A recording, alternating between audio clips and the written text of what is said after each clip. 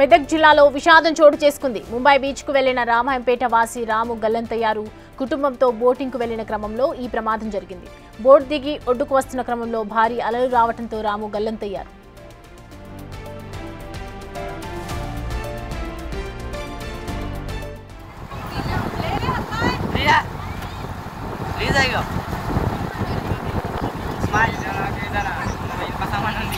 ఈ అంశానికి సంబంధించి పూర్తి డీటెయిల్స్ మా ప్రతినిధి దుర్గారెడ్డి అందిస్తారు. దుర్గారెడ్డి, ప్రస్తుతం సిచ్యువేషన్ ఏంటి, రాము పరిస్థితి ఏంటి, అసలు రెస్క్యూ టీం కానీ అక్కడ ఎవరైనా అది రావటం జరిగిందా?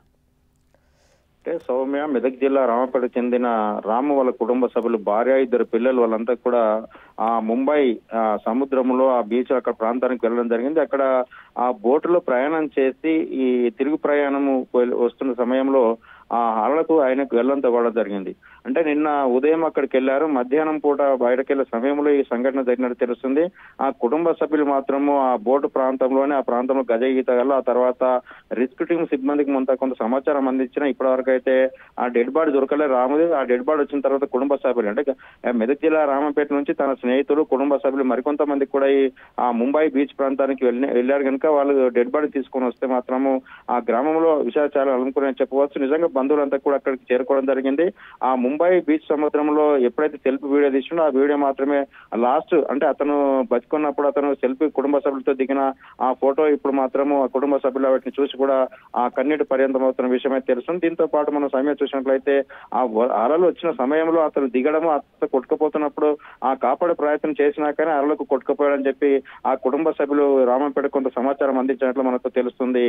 ఆ సౌమ్య, అయితే ప్రస్తుతం మరి రాము పరిస్థితి ఎలా ఉందని చెప్పుకోవచ్చు? అంటే ఆల్మోస్ట్ కొన్ని గంటలు దాటుతున్నటువంటి సమయంలో మరి ప్రజెంట్ ఆయన సిచ్యువేషన్ ఏంటి?